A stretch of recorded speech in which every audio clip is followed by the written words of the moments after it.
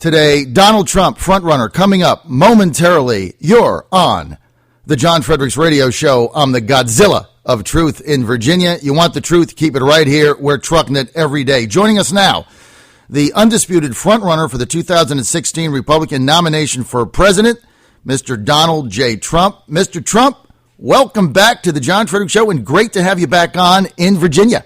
Well, it's great to be with you again, John, and you've been my lucky charm. Every time I do your show, something good happens. I better knock on wood, right? But yes. You've been so great. Well, thank you, sir. We really appreciate that. It's an announcement, Mr. Trump. We believe that you're going to be in Norfolk, Virginia on Halloween at a rally at 12 o'clock on the USS Wisconsin. That's right. That'll be exciting. That's some ship. I don't know. They don't make them that way anymore, do they, John? They don't quite get there, but I guess they're a little bit different.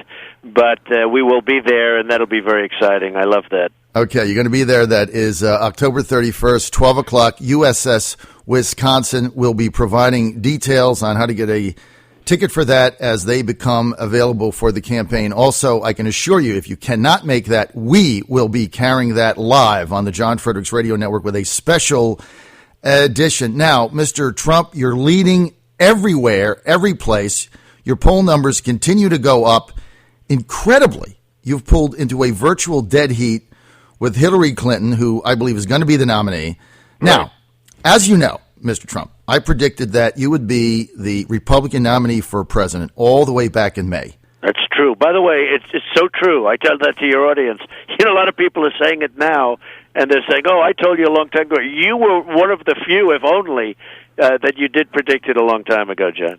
So what do you think of my prediction now, Mr. I'm Trump? impressed. I'm very impressed. I mean, you know something. And, well, I think you got to see what was happening. And you know, like, for instance, when we're in Norfolk, the crowds will be incredible. The enthusiasm will be incredible. It's about making America great again. Everybody wants to see it happen.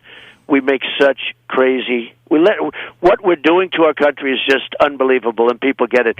Trade deals, the Iran deal. I mean, the Iran deal, even if it's business 101, if the Iran deal is done by incompetent people, it's one of the worst contracts forget about deals, one of the worst contracts I've ever seen written, ever. And they see all of this stuff. They see Bergdahl, 5 for 1. We get Bergdahl, they get 5 killers that they wanted. You know, Bergdahl the traitor. And 6 people died looking for him. And now it looks like he's not even going to jail. You know, in the old days, they shoot him, right? And today, they don't go to jail.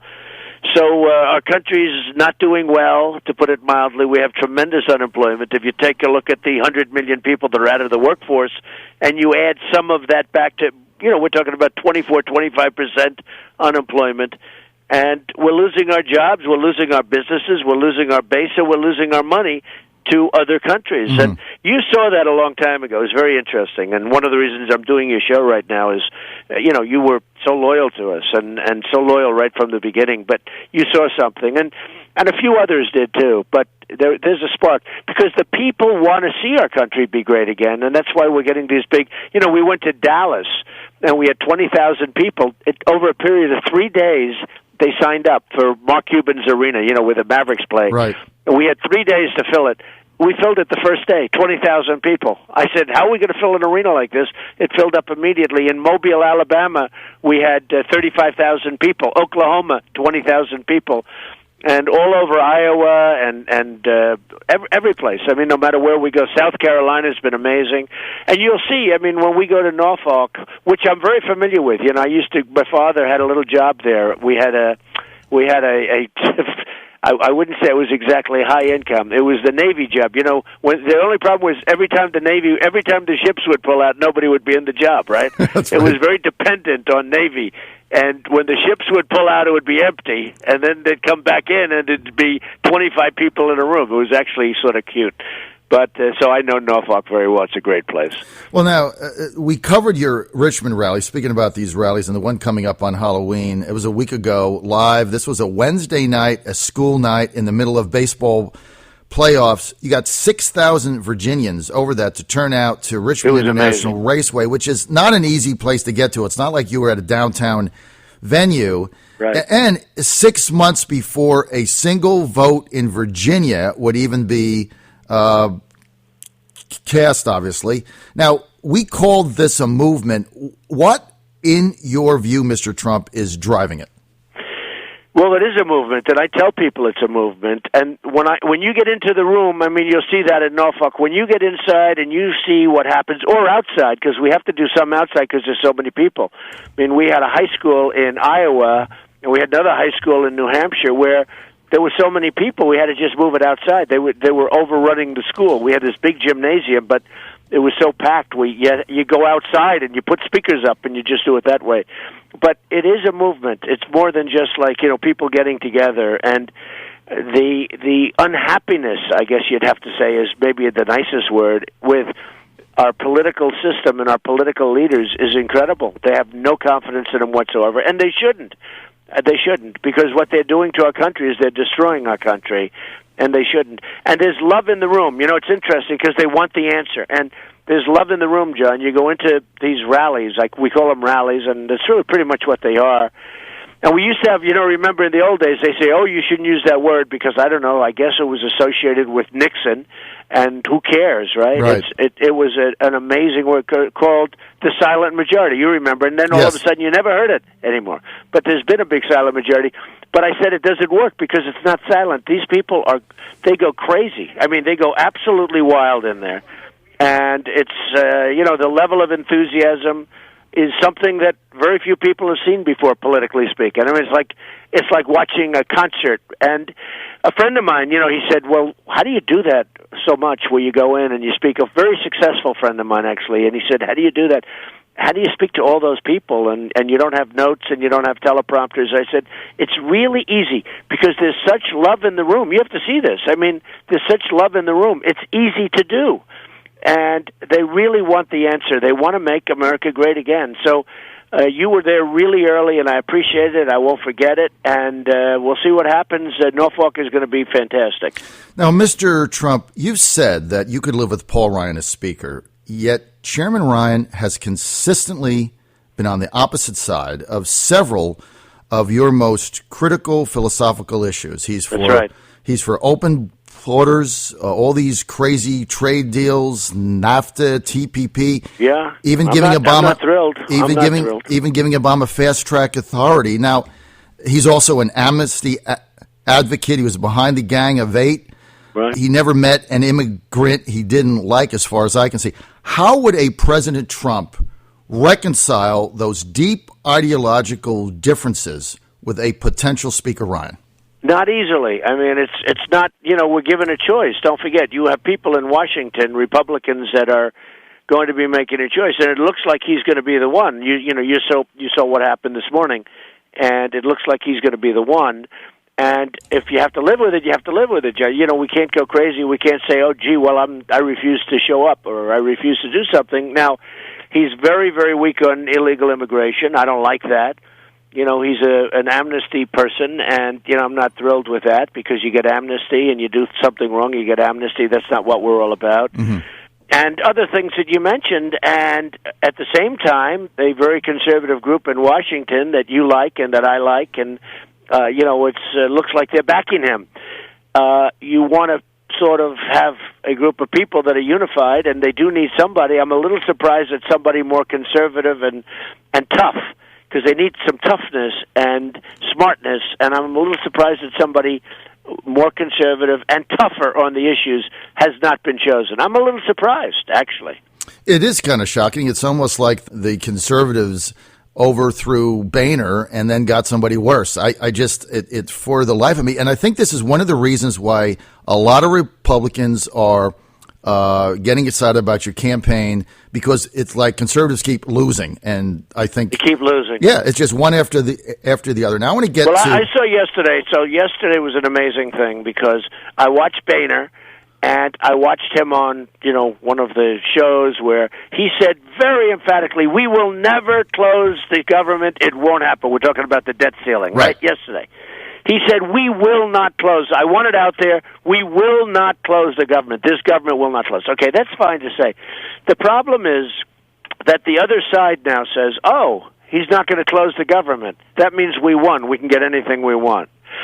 So, there's no unpredictability. It's like Why does he have to say that? Why can't he just say, no, we have to get all of these points? You know, you could have used debt ceiling to get tremendous points, right? Right. But Leverage. only if there's a thought in Obama's mind and the Democrats' mind that the government is going to close.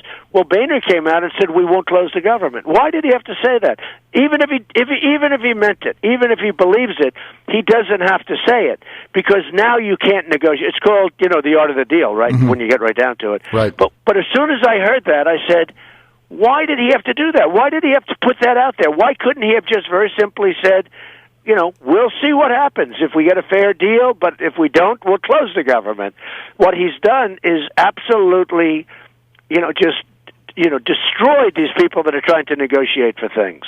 Just doesn't make any sense. I thought it was incredible. I thought it was an incredible statement. In terms of negotiation, he has absolutely destroyed the group of people that want to get some tough answers done. It's a culture of losing. That's what it is. Unbelievable. And that's really all it is. But, John, you have to lose when you know that your biggest threat is off the table. Yeah, obviously. I mean, that's why it just doesn't, you know, for people looking from the outside looking in, it just doesn't make any sense. You probably heard that, being a conservative guy and being a smart guy and having a business ability. You probably heard that yesterday or the day before and probably just shook your head. I don't get it, right? I did. I just shook my head. It's like it just doesn't make any sense. It's like, why even bother? Just like mail it in. Why not install Harry Reid, make him majority leader, and then we can get back to what you wanted, which is basically to lose. Now, President Obama I think the Democrats have done better since the Republicans have taken over the majority than they did before. Absolutely. Okay? I don't know why. I don't know how it's possible. But I think since McConnell and since, you know, Boehner, since Boehner's been there for a while and they've had the majority, but since the Senate, since you have both groups of wonderful people, I actually think that the Democrats have done better in the last few months than they did before. I don't know. Maybe I'm mistaken, but it seems to me that they're winning more now than they won before. Yeah, I've been saying that for months, and I'll tell you the other thing. There's really an argument to be made that if the Democrats kept control of the Senate and Harry Reid was in there, we would actually be better off than we are now, certainly with this ridiculous trade deal.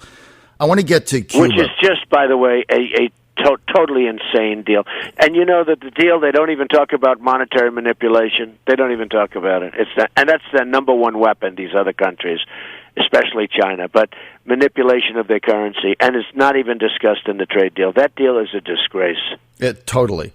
President Obama just normalized relations with Cuba. What would a President Trump Cuban policy on trade and travel look like? Well, you know what? I think it's okay that they were normalized. I was told by many people that are very familiar with the situation that he could have made a much better deal. But why are you surprised by that? You know, we could have had a better deal, a much stronger deal. Cuba's actually now asking for a lot of things that weren't even talked about. You know, did you see now where they want reparations and they want all sorts of things that nobody even thought about, right? They never even, where did this come from? Probably came because we asked for nothing, and now they said, wow, let's ask for some things. Mm-hmm. But, you know, the concept has been out there for 50 years or whatever, and I think the concept of having there be some normalization is not a bad thing, ultimately. It's going to be good. And, you know, who knows what's going to happen with Cuba. But, you know, Cuba was having a hard time. I mean, they were doing not so well. And you could have really made a much stronger deal. You definitely could have extracted some things out of them. Yeah, we got nothing. We got nothing. Well, we don't ever get anything. So that's we never get anything. We never get anything. John. No. Never. We never get. I always use Bergdahl as the great example. You know, it's not an economic example, but we get a trader, and they get 5 of the great killers that they've wanted for 10 years, right? Yep. That's the deal. Doesn't make any sense. And now, on our prisoners, they're going to give us 3 back, but they want 19. Now, we have 4, you know, but they're not going to give us all 4. They're going to give us 3 back. They want 19, and then they said, we want 19, and we want some other things that are very, very significant. We are crazy. Why didn't we get them all 4 back when we gave them $150 billion? I mean, you know, which is one of the dumb deals ever in history.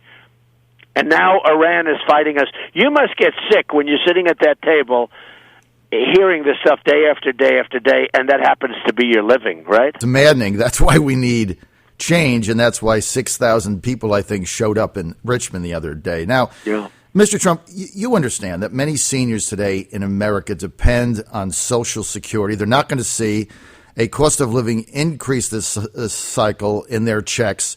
We also know that Social Security and Medicare are heading towards insolvency, right? There's no doubt with that. What would be President Trump's overriding philosophy on entitlement reform? Right. Well, I want to save the entitlements. I want to save Social Security, but I want to do it in a different way. I'm going to stop losing $400 billion with China, where they take our jobs and everything else. I'm going to stop losing $70 billion a year with Japan. $70 billion. Can you believe $70 billion? $400 billion with China. $400 billion. This is every year. This is what we lose. I'm going to turn all of that around, and we're going to do absolutely fine. Even if we broke even, if you lose that much, and we've been losing it for years, if we could break even, if we could lose a little bit, we'd have a different country. And I'm going to turn all of that around, and we're going to become rich again, and we're going to be able to take care of our people. Because, they made a contract, John, and now they want to destroy. Some of these people want to absolutely destroy the contract. So I'm going to save it, but I'm going to save it by making the country rich again where they can afford it. Mr. Trump, Congress recently introduced the Employee Rights Act. Now, that's aimed to provide employees the opportunity to not only opt out of having their dues support liberal union causes they don't back, but also guarantee union members that they have a right to a secret ballot and an opportunity to vote periodically if they even want to stay in their trade union at the end of the day. Your company employs thousands of trade union workers. Yeah. As the next president, would you sign this bill into law if you had the opportunity? Well, I'd want to study that bill. That's going to be a tricky one. I want to study it. The unions have been really chipping away with Obama. You know that, right? Right. And but I would want to study it, and I'd give you an answer the next time we speak. I just don't like to answer too quickly because there are some. I have a lot of. Being in New York, I've dealt with unions very much, right? And I've had a good relationship with unions for the most part. But I also like the concept of you get out there and you don't have unions, but people make a great wage and it's free, and the companies do well, and everybody's doing well because unions can be very fine and unions can be disastrous. So I'd love to just take a look at that because I hear it's something that is happening now.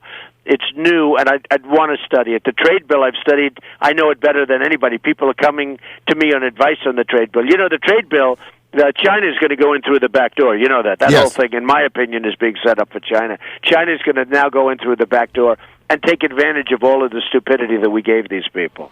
All right, Mr. Trump, we're almost out of time. I want to go international. Could a President Trump live with Syrian President Assad staying in power? Well, I will say this, and I've taken a very strong view on it. We have been bogged down in the Middle East for 20 years, and longer, in all fairness, but for forever.